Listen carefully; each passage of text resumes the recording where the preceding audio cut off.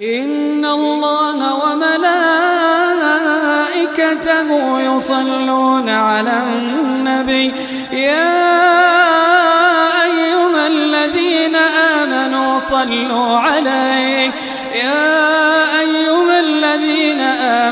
صلوا عليه وسلموا تسليما. بسم الله الرحمن الرحيم. اهلا وسهلا بكم حبايبي. النهارده باذن الرحمن يا جماعه انا هعمل الطعميه باذن الله، طعميه طبعا الاقتصاديه ما شاء الله، طعميه جميله بالمكونات طبعا كلها متوفره في كل بيت. الوقت طبعا، واولا كل سنه وانتم طيبين كمان، علشان خاطر التوم الاخضر ما شاء الله طلع كمان. انا باخد منه الورق ده يا جماعه، العيدان ده بعمل بيه بيبقى زي الفل وجميله خالص ما شاء الله. فالمكونات عندي، انا عندي نص كيلو فل اللي هو المدشوش اللي هو بتاع الطعميه ده معروف، وعندي دي حزمه يا جماعه كزبره بس. طبعا انا ولادي خرجوا فجابوا لي شبت وكزبره وبقدونس. طبعا لا، لان الشبت والبقدونس بيكتم العجينه نفسها وبيخليها مش اخده حريتها في الزيت وكلام من ده، واللون بتاعها بيبقى وحش. فطبعا انا بستخدم الكزبره بس. وطبعا الوقت بقول لكم التوم، انا خدت الكام عود الاخضر ده من التوم، ودي كمان بصلتين خضر يا جماعه قطعتهم اهمتي، بس لسه هقطعهم اكتر من كده.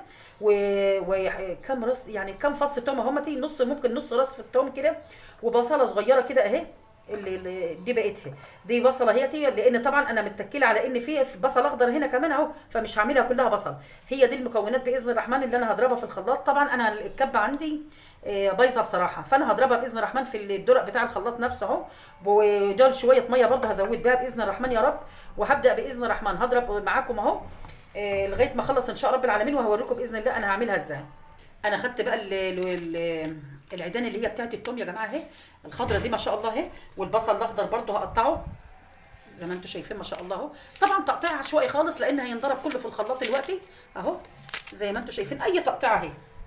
والثوم اهو، وكمان البصل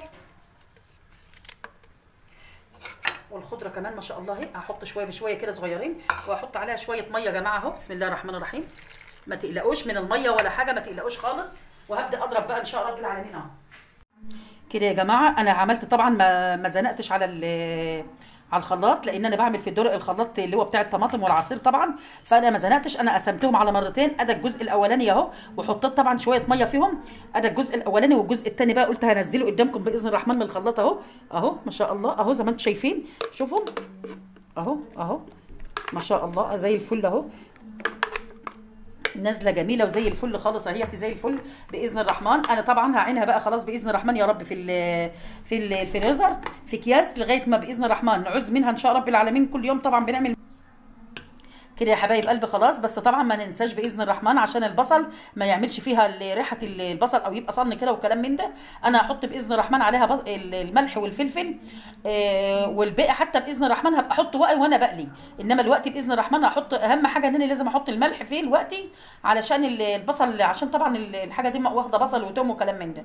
فان شاء رب العالمين انا خلاص هنجيب الاكياس واكيسها قدامكم ان شاء الله